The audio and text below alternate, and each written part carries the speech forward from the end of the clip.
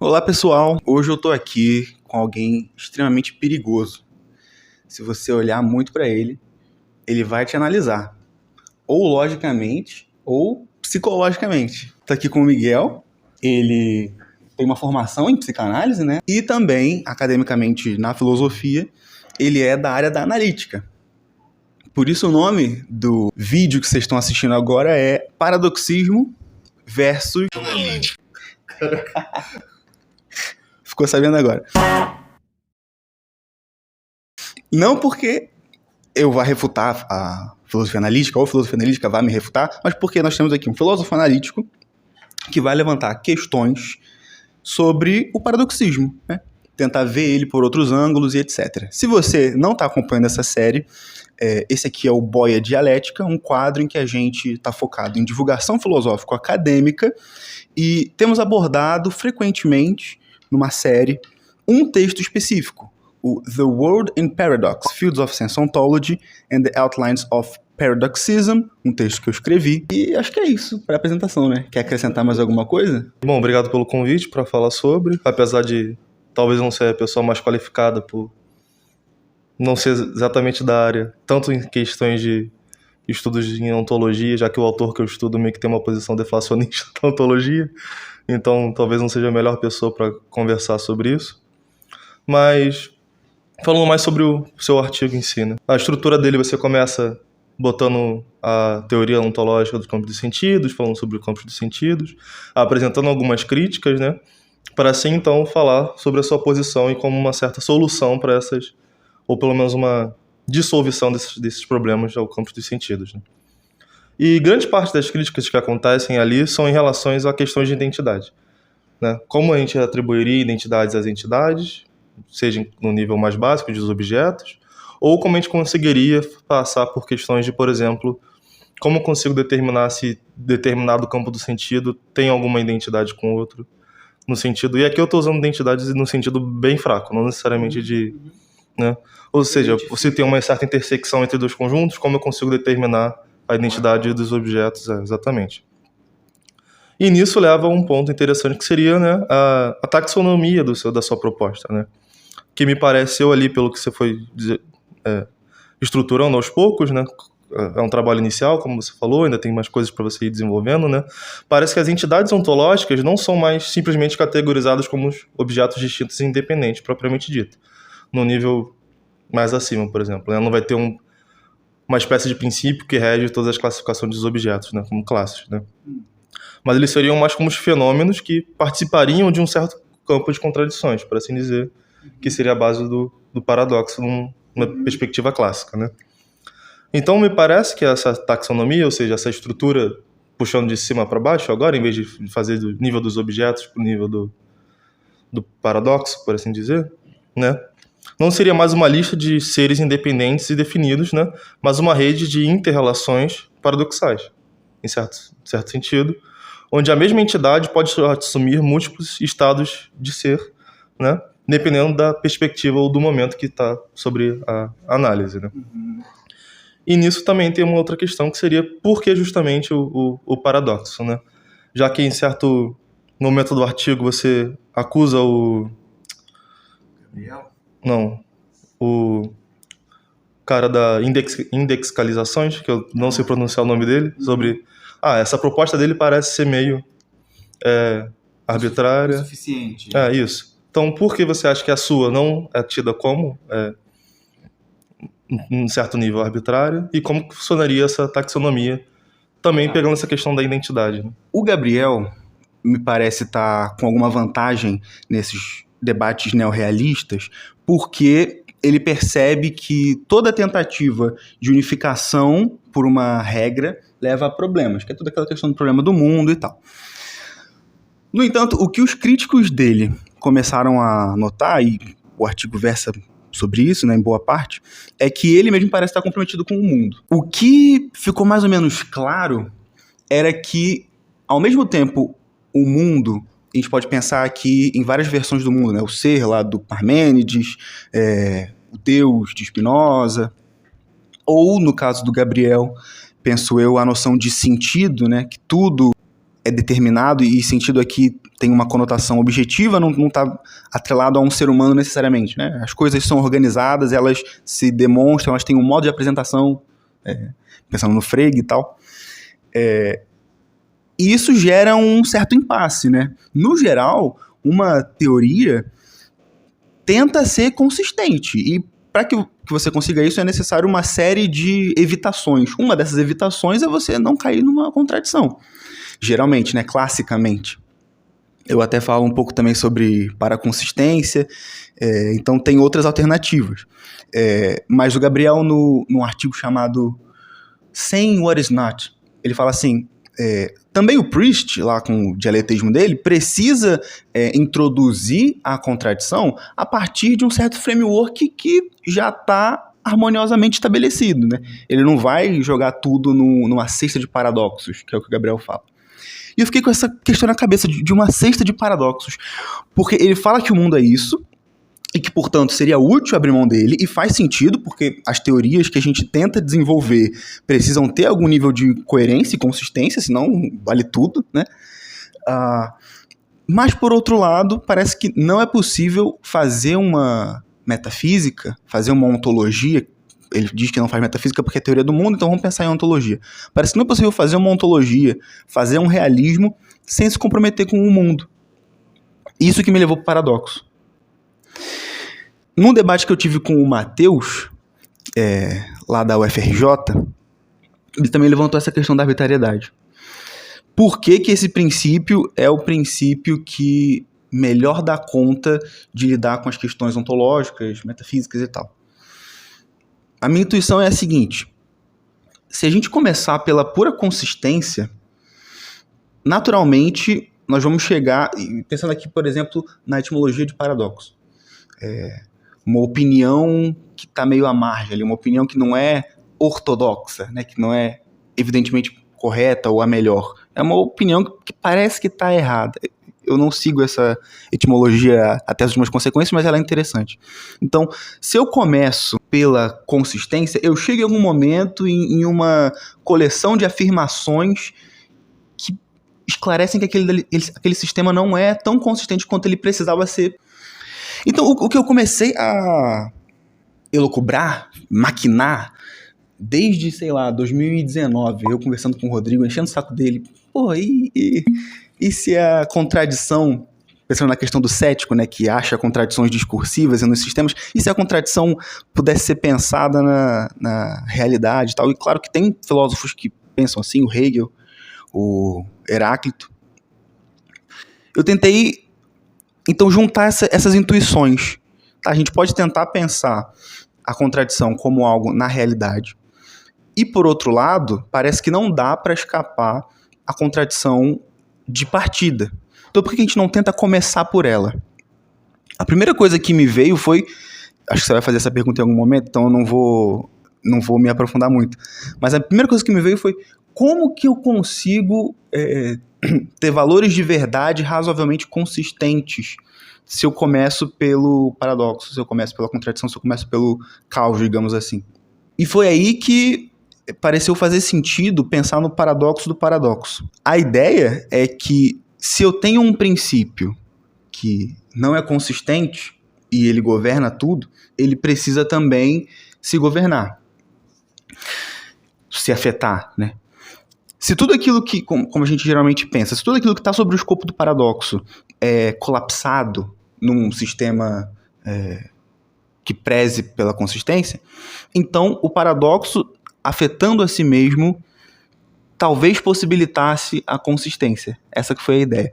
E aí a questão da identidade, para fechar. Nisso eu volto para Foss, para ontologia dos campos de sentido. Por quê? O meu problema com o Gabriel é que ele não consegue dar conta do fato de que ele está se comprometendo com o mundo. Eu vejo assim, claramente. Um monte de gente vê, ele fala que não está se comprometendo. E aí, o ponto em que ele chega é tipo assim... gente, vamos falar sobre os objetos no geral. Vamos falar sobre todos os objetos, sem falar sobre todos os objetos. Como? Ele acha que ele consegue. Eu acho que não, e um monte de gente também acha que não. Quando ele usa objeto, ele destaca, né, todos os objetos juntos. Ele fala sobre coisas, características de todos os objetos, mas diz que não está tratando de todos. Então eu falei, ok, a gente precisa reconhecer isso, mas por outro lado, me parece que quando ele desemboca numa ontologia pluralista, em que a identidade, por exemplo, de um objeto é sempre definida dentro de um campo, isso me parece muito saudável, porque a gente não teria um reducionismo nem cientificista, fisicalista, nem um reducionismo como Harman fala para cima, de tipo, não tem uma estrutura profunda, tudo são de fato ilusões, etc, etc. Com uma estrutura pluralista, a gente pode pensar em campos intencionais, não intencional de filosofia da mente, né? Com essa, né? Campos intencionais, que as regras de inclusão são sempre intencionais, mas que ali dentro você consegue investigar. Então, a ideia toda é justamente ter uma taxonomia um pouco anárquica, sabe? Como você falou, de ter um grande campo de contradições em que coisas aparecem. E eu prefiro, junto com o Gabriel, que essas coisas não sejam objetos e sim contextos. E que esses contextos tenham regras. Por quê? Porque se tudo estava paradoxalizado e pelo paradoxo do paradoxo tudo se coerentiza, mas agora então eu coerentizei X e não X. Então o paradoxo, a contradição voltaria. Para evitar isso, eu gosto da postura do Gabriel, que ele chama de isolacionismo meontológico, que é a ideia de bruxas existem e não existem, ambas são afirmações verdadeiras em campos diferentes. Então você consegue isolar os objetos e permitir que eles, de fato, sejam considerados plenamente reais e existentes. Então, assim, uma taxonomia bem definidinha, tipo Aristóteles, eu acho que seria contraproducente para esse sistema. Mas tem uma ideia geral organizacional, sabe? A partir do paradoxo. E o motivo de eu achar que ele não é... Óbvio que pode ser que no futuro tenham respostas melhores. Mas dado o atual cenário, eu creio que o paradoxismo consegue dar uma resposta melhor. Essa que é a ideia. Cara, tá aparecendo os dois ali? É isso. Ué, tu não viu isso até agora? Não, eu vi quando eu tava lá. Eu vi quando eu tava lá, mas aí eu vim pra cá, fui pra cá. Bom, por definição, parece que o paradoxo leva a uma espécie de inconsistência, mesmo existindo outras maneiras de definir paradoxos. Por exemplo, uma argumentação que parece válida, mas que quebra algum princípio que ou a gente não se atentou, ou que, sei lá, numa modelagem por teoria dos conjuntos, a gente achou que um elemento estava ali, ele não estava, e a gente seguiu o nosso raciocínio, né? Então, a grande questão seria justamente que a parte fundamental, que seria como algo intrinsecamente consistente pode dar ordem a um sistema que permite a consistência emergir, né? Porque se sugere, na verdade, que você afirma que o paradoxo gera uma consistência porque ele se autorreflete e assim se sobrecarrega e explode, certo? Mas essa noção me parece um pouco tanto como problemática por algumas questões. Me parece que toda grande parte das teorias da ontologia, em algum momento a gente vai chegar no problema do... Bom, você tem esse princípio, mas me parece que você tem um princípio que precisa reger esse seu princípio. Como um meta-princípio, por exemplo. Né? Então, se essa explosão do paradoxo gera consistência, então ele não é um paradoxo absoluto. Você chega a falar sobre isso um pouco, sobre ser um paradoxo completamente essencialmente... isso, né? Mas é uma transição de uma estrutura para uma estrutura desorganizada para uma estrutura organizada, né? Ou seja, uma estrutura inconsistente para uma que teria um certo regência de ordenação dos objetos, né? Isso parece se aproximar de um modelo dialético da ontologia, né?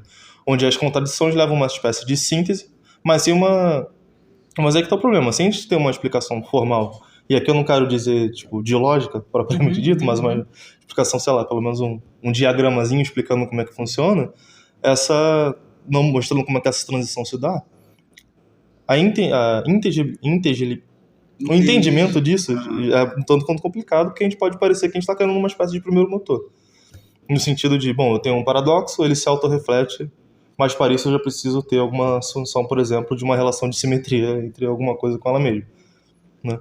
Então, me parece que ou você vai ter que ter uma ferramenta metodológica que você fala, olha, a gente vai achatar tudo até esse nível aqui, nada passa desse nível, que vai ser o paradoxo que se autorregula, né, por assim dizer, né? Então, bom, só que se a contradição, se a inconsistência for fundamental e permanente nesse sentido, ou seja, ela não é um estado de transição, como parece ser, essa consistência que emerge não seria uma verdadeira consistência, na verdade, né? Ela só seria um nível superficial de ordenação, nesse sentido. O que, honestamente, para mim parece super ok aceitar que a realidade não é tão ordenada assim, mas ela tem algum nível de ordenação, mas não é uma ordenação completa, né? Então, a minha grande questão é o seguinte: parece que você vai ter duas cláusulas, né? O paradoxo como fundamento absoluto das coisas e o paradoxo como algo que se resolve em consistência. Ou seja, ele se por algum princípio superior, ele tem uma relação de simetria consigo mesmo, e nisso eu consigo tirar a consistência. Mas a questão é, como que você vai explicar essa relação? Ou como é que você vai achatar o sistema a um nível que você fala, olha, dentro desse paradoxo tem essas relações de simetria, sei lá, simetria, reflexividade e, sei lá, transitividade, por exemplo, também parece ser algo importante para esse caso. Né? Porque também me parece ser intuitivo achar que entre esses campos de contradições vão ter subconjuntos próprios de cada campo, né? Em certo sentido. Qual que é a diferença do Aristóteles para o Hegel, né? O Aristóteles está pensando numa vertente de coerência. Então, o primeiro motor não é um abrir espaço para contradição, nem é uma parada que é para ser contraditória. O problema do primeiro motor, me parece, é esclarecido, por exemplo, pelo Gabriel. Tipo assim, cara, você tem uma parada que regula tudo. E isso gera um paradoxo, mas você não queria chegar lá. Não tem problema, na minha concepção, uma semelhança com o absoluto do Hegel, se o absoluto dele for contraditório, ou com o primeiro motor do Aristóteles, desde que a gente comece pensando na ideia de que o princípio precisa fornecer tudo aquilo que uma ontologia necessita. Essa que era meio que a minha crise. Vou dar um exemplo aqui do debate neorrealista. Você tem de um lado o Grant e do outro lado o Harman. Vamos pensar na questão da unidade na pluralidade. Acho que é melhor que esse exemplo do Harman eu sempre forneço. Se você começa pela unidade, você acaba não conseguindo explicar como que a pluralidade surge sem ser uma adição ad hoc. Não, o que é de fato real é o uno, por que surge em pluralidade? Ah, não, é porque a gente experiencia essas coisas, a gente acaba precisando adicionar isso e tal. Então, beleza. Você não consegue, pelo seu princípio, oferecer para a ontologia tudo que ela precisa para se substancializar, vamos dizer assim, ficar robusta, né? Aí, se eu começo pela pluralidade, eu pareço ignorar, como o Gabriel faz, que existe um princípio que unifica essas coisas. Então, de novo, o seu ponto de partida não oferece tudo aquilo que você precisa para manifestar uma ontologia, uma metafísica robusta. O que eu gostaria é que o paradoxo, enquanto algo hipertensional, fosse suficiente sozinho, sem três momentos, sabe? Sem tipo... É porque na explicação, de fato, a gente precisa fazer uma espécie de análise didática. Então, fica essa impressão de que você tem uma progressão cronológica. Antes era o apeiron, o caos eterno, aí você tem um momento mágico e então surge a consistência. Mas a ideia não é essa. A ideia é justamente que o princípio por si mesmo já começa como desparadoxalizado e paradoxalizante. Aí que entra uma questão, eu nem queria falar sobre isso, mas você me forçou, que para mim é um dos grandes problemas do paradoxismo no momento, que é explicar por que ele é tão inteligível, digamos assim. Parece que tem uma harmonia pressuposta, pelo menos na nossa forma de entender essa paradoxalidade. O que eu tenho pensado são duas questões. A primeira, a harmonia precisaria estar contraditoriamente presente no paradoxo, para ele ser pleno. E, por outro lado, o que a gente, enquanto filósofo, enquanto pesquisador, tenta fazer é levantar hipóteses que consigam justificar aquilo que a gente produz como ontologia, como epistemologia, etc. Então a questão aqui é levantar, tipo assim, se a gente precisa fazer ontologia, mas não consegue manter uma ontologia que não se comprometa com paradoxo, o que a gente faz? Então a gente poderia elevar o paradoxo ao lugar de primeiro motor e colocá-lo como algo tensional que por si só possibilitasse a unidade e a multiplicidade, a autonomia e a relacionalidade, porque ele tem todos esses princípios nele, e por ele ser tão tensional, tão mutante, ele também se autoexplode. Não é conclusivo, mas eu acho que é um caminho, sabe? Mostra um método, né? Método no sentido de, vamos por aqui, acho que se a gente seguir por essa estrada com esse ferramental, dá para chegar a algum lugar interessante. Mas aí é uma última questão, que é o seguinte, né? Que, assim, já que a consistência sempre acaba levando a uma inconsistência, certos paradoxos no nosso modo de tratar as coisas, então a gente deveria começar a fazer esse corte axial com o paradoxo, com o paradoxismo, né? Mas isso não parece provar que o paradoxo é o princípio primeiro, né? Propriamente dito, mas só assim que consistência são coisas comuns na realidade e que a gente não tem ferramentas cognitivas suficientes para abarcar as coisas. Então, para além de uma perspectiva ontológica do paradoxismo, me parece que você precisa elaborar uma perspectiva epistemológica do paradoxismo. E essa é que gera problema, propriamente dito, né? No sentido lógico. Mas também é o que você tem mais ferramentas. Você pode criar, por exemplo, uma lógica modal epistemológica que abarque isso tudo. E certamente já deve existir alguma coisa parecida com o que você queira por aí. Mas a questão é essa, como é que você trabalha, ou pretende trabalhar essa parte epistemológica de acesso, né, por assim dizer. Sobre lógica, o Luiz chegou aí, nosso lógico paraconsistente. Em breve ele vai me sabatinar a partir de Priest e de Newton da Costa, não é isso? E Nagarjuna. Então, eu tenho pés atrás com questões de lógica, né? Por conta do Gabriel. A ideia de que se eu tenho um princípio matemático, um princípio lógico que regula tudo, eu estou em maus lençóis, eu estou partindo da harmonia. E ele também fala uma questão, por exemplo, quando a gente pensa em filosofia da lógica, né? Você tem vários sistemas possíveis e parece que o primeiro passo é arbitrário. Ele tentando escapar da arbitrariedade e eu tentando escapar da arbitrariedade, não gostaria de partir de um ponto de vista lógico. Mas não foi isso que você perguntou, é só um esclarecimento.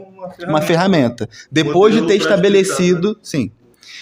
Agora, a questão epistemológica, por enquanto, eu me atenho ao que o Gabriel fornece também, porque ele defende um realismo direto, né? Uma das coisas que ele fala é a seguinte: parece que a gente duvida da realidade externa, duvida que a gente tenha acesso direto, por conta de algumas inconsistências que aparecem, limitações que a gente percebe nos nossos sentidos e das nossas formas de lidar racionalmente, complementos que a gente precisa fazer, postulações no campo científico experimental, por exemplo, toda a questão do realismo e antirrealismo científico, né, de entidades científicas que existem ou não, de quarks e tal. Mas antigamente já tinha isso, o ceticismo, toda uma questão de aquilo que não é evidente, eu não vou me comprometer, beleza. O que ele diz é o seguinte: isso daí só vai ser mortal para um acesso se eu pressuponho que a realidade precise ter uma harmonia plena estabelecida. Sem isso, tudo aquilo que eu experiencio, e aí você já leu meus textos sobre o Gabriel, vai por aquela linha. Se eu começo pela ideia de que há uma pluralidade, que é aquela cadeira ali, que é essa cadeira aqui, né, não é uma coisa só fixa, mas aparece em vários campos, eu posso atestar que eu estou sempre lidando com o real. Aí ele faz que nem o Platão, ele muda o lugar da pergunta, ele muda o problema, né? Em vez de o que existe, o Quine responderia, né? Tudo. Tá, mas como assim tudo? Ele não, em campos de sentido, legal. Aí ele muda de o que existe para em que lugar isso existe. E essa pergunta permanece irrespondida plenamente. Você precisa ir caso a caso, segundo ele e tal. Eu gosto dessa estratégia e eu acho que ela se beneficia de um princípio primeiro contraditório. O paradoxo do paradoxo. Aliás, o paradoxo que regula tudo e é si mesmo. Então, partindo de algo que consegue gerar esses campos, a ideia é que existe um realismo direto que me permite um acesso epistêmico tanto com os meus sentidos quanto com a minha razão. Porque ele faz esse processo de uma ampliação do que significa sentido. Ele não para nos 5 sentidos. Ele fala, não, sentido é um direcionamento. Eu vejo e aquilo me direciona o que está acontecendo, o que eu posso fazer. Os meus sentidos são modos de eu me direcionar no mundo. E a razão também faz isso. Então, nós sempre temos, por assim dizer, um acesso estético direto às coisas, seja intelectualmente, seja tradicionalmente considerado empírico. Eu iria mais ou menos por aí. A minha ideia epistemológica, por enquanto, ainda está bem presa ao que o Gabriel fornece. Mas são coisas que eu quero, no futuro, aprofundar, quem sabe. Agora, por favor, me refute. Não tem como refutar, pô. Nem estudo ontologia. A ontologia que eu estudo divide coisa em campo interno, campo externo, pô. O Gabriel curte muito coisas do Carnap, né? Ele usa os textos dele. O Carnap tem uma posição deflacionista, né? Uhum. Ele fala, a gente vai ter um certo discurso arbitrário, Uhum. e a gente vai decidir o que vai ser relevante pra gente aqui dentro ou não. Né? O Gabriel vê ele como um antirrealista, mas curte, pega coisas dele. Essa questão dos campos de sentido me pensa muito sobre o campo de discurso também, só que é um reducionismo perigoso demais de se fazer, dos sentidos de tipo, tô falando num contexto literário, tal parada. Saí parei para de falar de um contexto literário para um contexto puramente empírico, por assim dizer, mesmo que essa fronteira seja meio complicada de se fazer, eu tô abordando de outra forma, né? Eu tenho pra mim que o Wittgenstein tem tipo uma ontologia dos campos de sentido, só que só na linguagem. Sabe, os jogos linguísticos são contextos regulados que permitem que coisas apareçam, práticas linguísticas. Bom, gente, agradeço muito quem assistiu aqui o vídeo, agradeço ao Miguel, e no ano que vem eu queria repetir isso. Mas... Deve ser mesmo dia, mesmo hora. Sim, por favor, mesma praça, mesmo banco, mas com um texto meu e um texto seu. A gente faz 2. Mas eu nem escrevo sobre ontologia. Não tem problema. Sobre lógica, sobre linguagem. São coisas que eu pesquiso e me interessam. Pra gente fazer... O Quine, né? Eu falei que vai ser sobre carne. O Quine não é forte, não. Pra gente divulgar seu trabalho também, né? É isso, gente. Se inscreva e até o próximo vídeo.